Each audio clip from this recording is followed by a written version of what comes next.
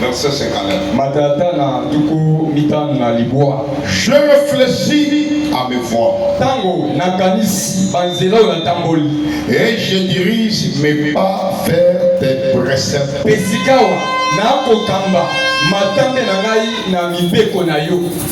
Kodi poko lomula ni mashi amani wele bena mibi bini jamu badi matoka to badi matoka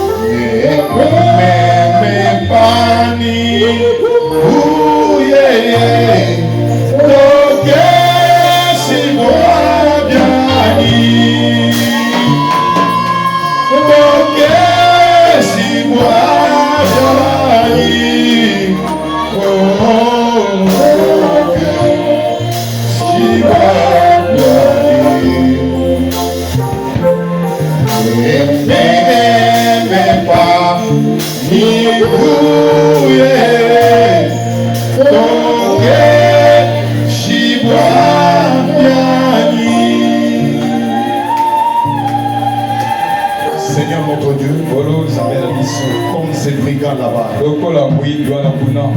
il a réfléchi à ses voies.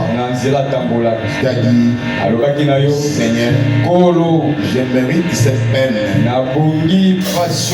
toi tu ne les mérites pas. Mais je te supplie, Seigneur, quand tu viendras dans ton royaume, souviens-toi de moi.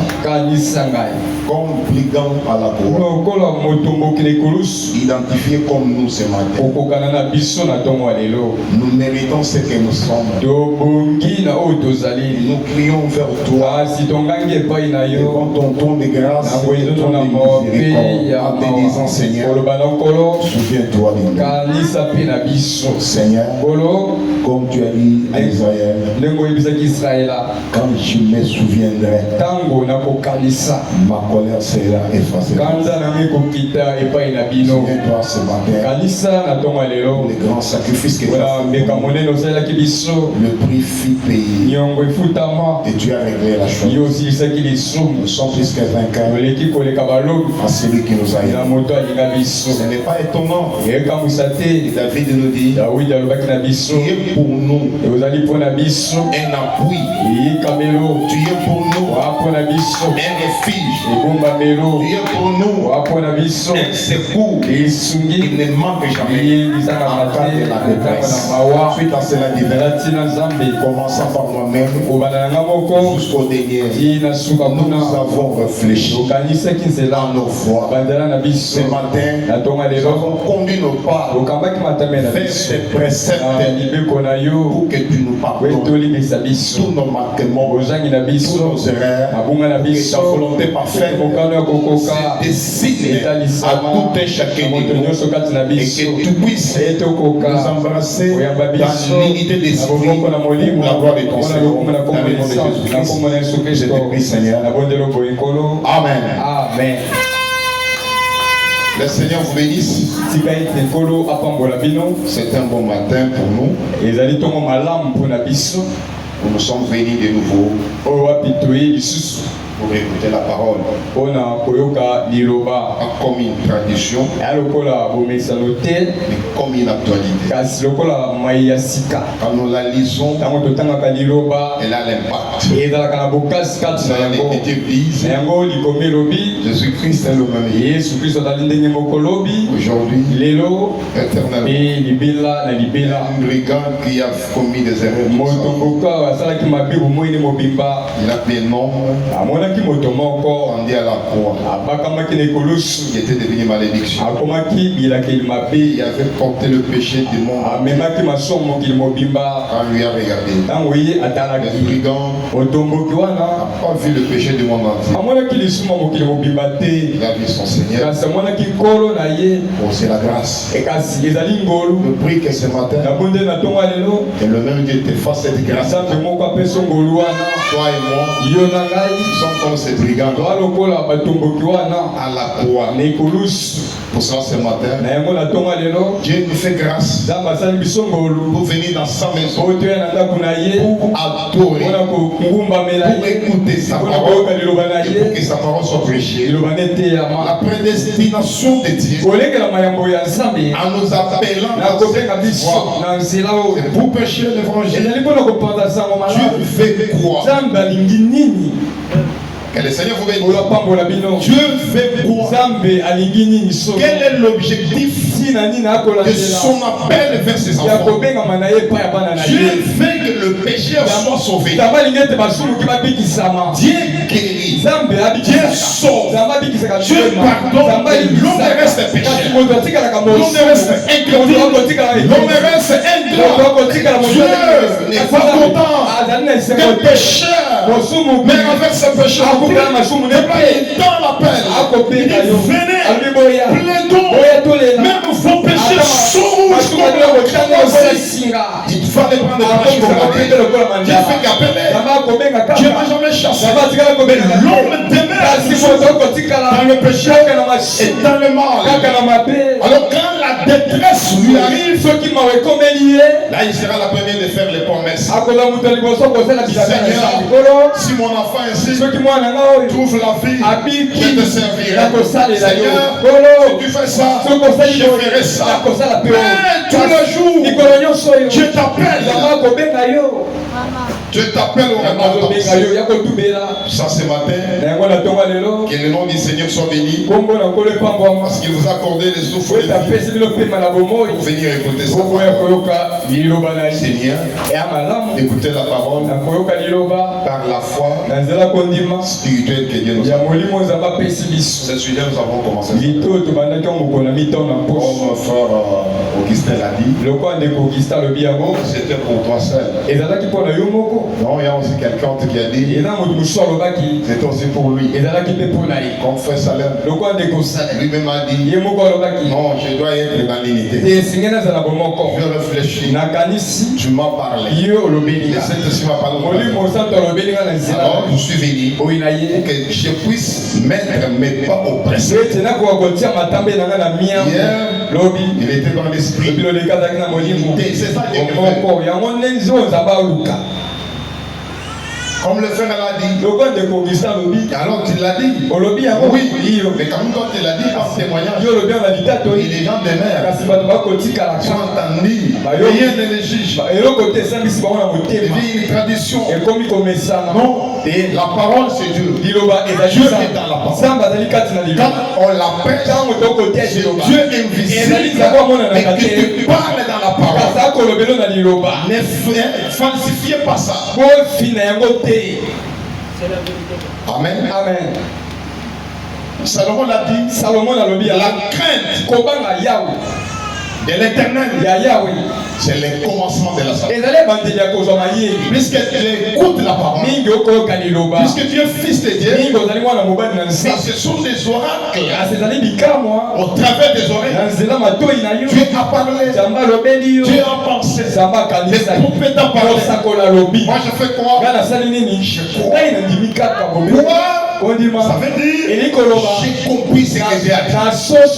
Et quand j'ai compris, la chose est réglée. Je ne peux pas croire sans comprendre. Et comprendre, c'est voir. Et voir, c'est toucher. Et palper. Convaincu puis concerné. C'est ça comprendre. Dieu est ici. C'est-à-dire, tu as compris. Ne croyez pas si tu n'as pas compris. Et quand tu as compris, tu as palpé, tu as goûté. Et quand tu as goûté, tu as vu. Et tu crois. Tu sais quoi? Et quand tu vois comme ça, et il est là, il sera pour toi quoi? Un appui. Sera pour toi qui? Une force. Il sera pour toi qui? Un secours qui ne manque jamais. Regardez la détresse. Voilà, c'est bien là. Maintenant, toi et moi, quand la détresse nous arrive, alors nous avons un secours à qui on peut donner la confiance. Amen. Même si ton enfant entre dans le monde, il y a des gens à qui le diable peut envoyer des flèches. Maintenant tu te perds. Quand tu viens devant moi et je prie pour toi, tu n'as pas la foi. Tu ne sais pas que Dieu est un secours qui ne manque pas. Mais non, je vais prier pour établissez votre bon sens. Jésus a dit à cette femme-là, femme, donne-moi à boire. La moralité de la femme n'était pas, elle ne croyait pas, je suis devant qui. Voilà. Pour elle, elle était devant un juif. Un frère trésor. Quand le Seigneur a dit, il n'a pas dit devant je suis le Messie. Non! Il a préparé sa morale. Donc tu vois que le Seigneur avait besoin de cet homme. Le Seigneur avait une eau qu'il voulait donner à la femme. Comme je l'ai ce matin, il faut que votre morale soit bien préparée pour recevoir cette eau-là. Il a préparé. Même si l'enfant ne tient pas là, elle a vu un juif dans une soutane. Quand le Seigneur a dit, tu connaissais les dons de Dieu. C'est un problème de connaître les dons de Dieu. Vous savez, il était dans la chair. C'est un mystère. Et celui dont tu ne t'es pas, tu devais chercher son nom. Parce que cet nom, tu le vois de notre mère. Mon nom à moi, c'est lui qui boira cet eau. J'aillerai éternellement. Écoutez cela. Maintenant, la femme, ça veut dire que c'est un peu intéressant. Ça l'a attiré. C'est que le Seigneur cherche. Son intention vient à Jésus et Jésus lui donne l'eau. L'eau que quelqu'un boit ne meurt pas. C'est très important. Je ne sais pas si elle avait tous les aides. Pour venir là chercher l'eau de la vie. Quand il a vu que maintenant, c'est avant que je te donne cette eau, appelle-moi d'abord ton mari. Et là, je vais te donner. C'est aussi une étape où le Seigneur voulait qu'elle soit. Maintenant, la femme est entrée dans l'esprit. Non, je n'ai pas de mari. Maintenant, tu commences à avoir la confiance dans cet homme. Mais il était juif. Je n'ai pas de mari. Tu en avais. Et le sixième que tu as n'est pas ton mari. Tu veux le Messie?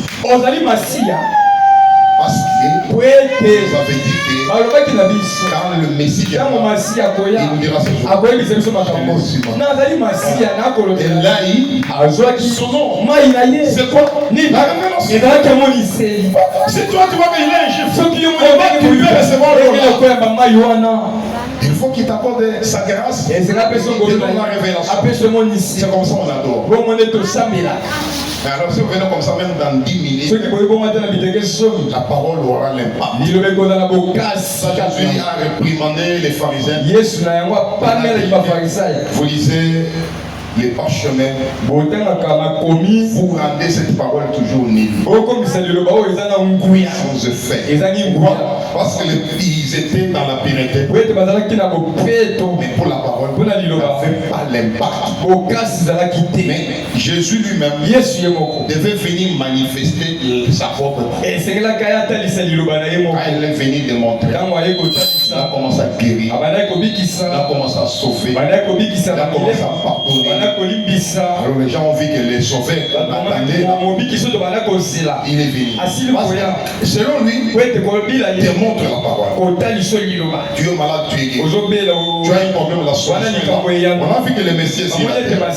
Il est le même hier, aujourd'hui, éternel. Il est un secours. Il ne manque jamais en cas de problème. J'avais un petit problème qui m'est troublé dans l'esprit. Mais j'ai pensé, il y a seulement que Dieu. Je vous donne un secret. Devant Dieu, il ne lui cache rien. J'insiste et j'insiste encore. Dieu ne peut jamais être seulement ton sauveur, mais il est aussi ton Seigneur. Le Seigneur savait Dieu chef. Il a la prééminence. Avoir la prééminence, ça veut dire que mon moi n'est plus. Dès que sa volonté. C'est ça la prééminence. Tout ce que je fais, même ça matin, j'ai déjà la prééminence. C'est ça. Moi, non. Chrétien, la prééminence de Jésus, tu n'as pas ton moi. Non. C'est lui qui vit. Voilà. C'est ça la prééminence. Et si cette prééminence est à vous, quel que soit le problème qui peut arriver, il sera toujours un secours qui ne manque jamais. C'est comme une fétiche. Tu es dans le besoin. Bénis-moi. J'ai vu Élisée. Une femme veuve venir. L'homme de Dieu. Mon serviteur était dans cette même travail. J'ai des dettes qu'il a laissées. Je dois faire comment? Élisa dit, cherchez les bidons jaunes. Même si c'est 100, venez. Remplissez de l'eau d'Indile ou de Mokali. Maja, quand elle m'a fait le maman, nous voulons les bidons. Tu veux quoi? L'argent pour payer la dette. Elle a rempli. Elisa a mis la main. L'eau est devenue l'huile de palme. Oh, c'est la parole. C'est la parole. C'est un miracle. Le miracle est dans la parole. Vendez. Une femme veuve. Et s'il y a une femme veuve ici, voilà l'expérience. D'où vient l'huile de palme? Un secours qui ne manque D'où viennent les béliers là-bas dans la savane? Dans le vide, un bélier, le couteau. Isaac devait être égorgé. Le vieux Abraham dans le ventre de l'enfant. Le regard dessus, sans hypocrisie, obéissant à la parole du Seigneur. Cette parole, que Dieu nous aide de la croire. Pas de la toucher, de la croire. Elle est créatrice. Elle démontre. Elle est transformée. Alléluia. C'est la parole qui a créé Satan. Qui a créé par la parole. La parole qui a créé. La parole qui a créé. Croyons-la dans sa hauteur, dans sa profondeur, pour faire une puissance. La fer va trembler. Il a créé la fer.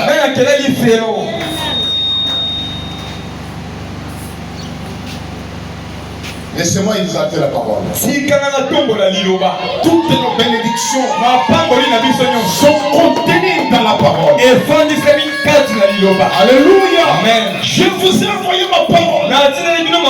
Et ça ne peut pas sortir et rentrer cette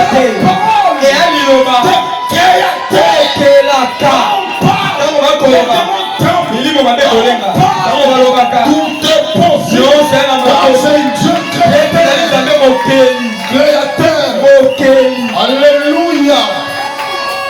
D'où vient l'huile de palme là? Expérimentez-la. J'allais voir si c'est le même Dieu. Vous allez appeler Paul pour le dire. Apôtre, tu nous as menti. Jésus-Christ n'est pas le même hier. Aujourd'hui éternel. Ou Paul a dit la vérité. Il dit, j'ai posé le fondement comme un sage architecte. Il a posé. Et Paul dit, je lui connais dans sa puissance de la résurrection. L'évangile que je vous prêche, je ne vous prêche pas seulement la parole, la technique, mais c'est la démonstration. On appelle à l'existence quelque chose qui n'existe pas. C'est la créativité. Appelle la vie à l'existence. C'est ça l'évangile. C'est Paul qui nous a dit. Le Prénom nous a dit. Je prêchais comme Paul. Si les croyants pour cette parole qui guérissait la maladie, soyons comme Gédéon. Soyons comme Gédéon pour lui dire où est le Dieu terroriste, le Dieu qui a fondé la mort. Où est Jéhovah, le Jéhovah de mais ce matin, il est un secours qui ne manque jamais. Encore des détresses. Allez, soyez bénis. Soyez restaurés. La santé. La parole vous justifie. Tout le sang. Et le mot fermendi. S'il n'y a pas de lever, dans 5 minutes, tout le monde est dans la bonne santé. Que la divinité s'en mille de vous. Et cela vous bénisse. Restons. Pour que le nom du Seigneur soit béni à jamais. Il est l'allemand, le même Dieu, car avec son profil, le même créateur, le même Jéhovah, le même Seigneur. Hier il a pardonné, aujourd'hui il doit pardonner. Hier il a sauvé, aujourd'hui il doit sauver. Hier Il a guéri.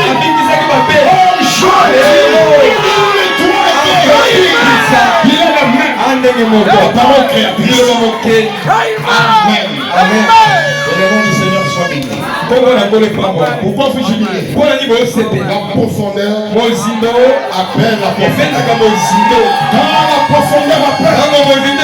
Il doit y avoir une fontaine qui doit répondre à cette appel. C'est pour cela.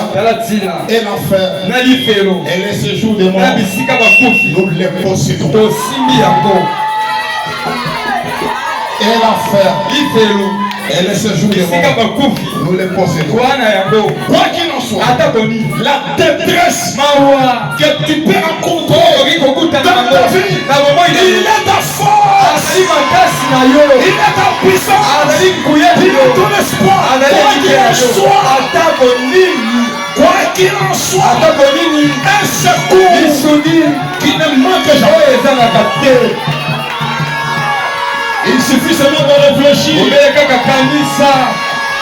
Ce matin on va réfléchir. On va méditer. J'avais mal parlé. J'avais mal posé le pied. C'est pour ça que je me suis chancé. Il y a un appui. L'appui là c'est qui? C'est lui. Et quand je réfléchis, il se tient pour me ramener à ce précepte. Et nous sommes dans les préceptes. Si Dieu est pour nous, qui sera contre moi? Alléluia. Amen. Amen. Amen. Alors applaudissez pour le roi des rois. Ça ce n'est pas le réseau du diable.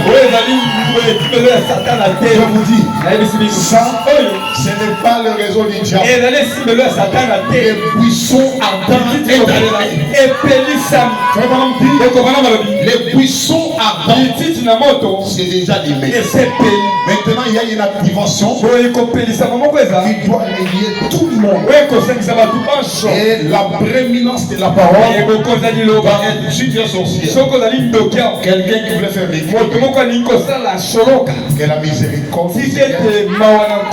Vous savez pas ce que ça veut dire. Branham l'a prêché. Il a parlé de quelqu'un qui mourait sur place. Alors, il a demandé que la miséricorde puisse être là. Ici ce matin, ce n'est que lui-même. Dans sa montée, dans sa totalité, nous avons réfléchi. Comme Augustin l'a dit. Moi aussi, j'ai réfléchi. Frère Branham, en se faisant chasseur, il s'appuyait sur lui-même. Et quand il est arrivé à cette peur, sa femme quelque part, l'enfant quelque part, Branham est retourné giga. Vous êtes là? Moi je ne veux pas que je retourne giga. J'ai réfléchi directement sur les préceptes. N'attendez pas. Branham s'est arrêté, perdu dans la chasse. Il a manqué, il peut sortir au haut. Mais il s'appuyait de sa connaissance. Si je n'ai pas apparaissé, l'orage était là. Si je n'ai pas pensé, l'orage était là. Si je n'ai pas pensé, l'orage était là. Branham a manqué tout et est. L'ouest c'est où? Pendant qu'il s'est médité, la voix lui a dit, avant que la voix lui parle, écoutez, Dieu a rempli l'univers. Quand vous voyagez, même dans l'avion, Dieu est dans l'avion. Amen. Amen. Ceux qui ont voyagé, partout vous allez voir des savanes, vous allez voir la nature, vous allez voir les herbes, les cris des oiseaux, vous allez voir de l'eau, voilà la gloire. Les décorateurs, tout ce qu'on voir sur l'univers, nyonso tokomona mokili c'est Dieu lui-même. ezali nzambe ye moko. Amen. Amen. Il est partout. azali bisika nyonso. Si tu vas aller ici à la montagne, soki okomati na ngomba tu te mets comme ça. otelemi. Si tu cherches une activation, soki oluki bapesa na le poisa Saint-Esprit est sur la molimo terre. osanto ana mokili Il a rempli l'univers. atondi mokili mobimba Il est plus grand aleki que monene la mort. koleka liwa.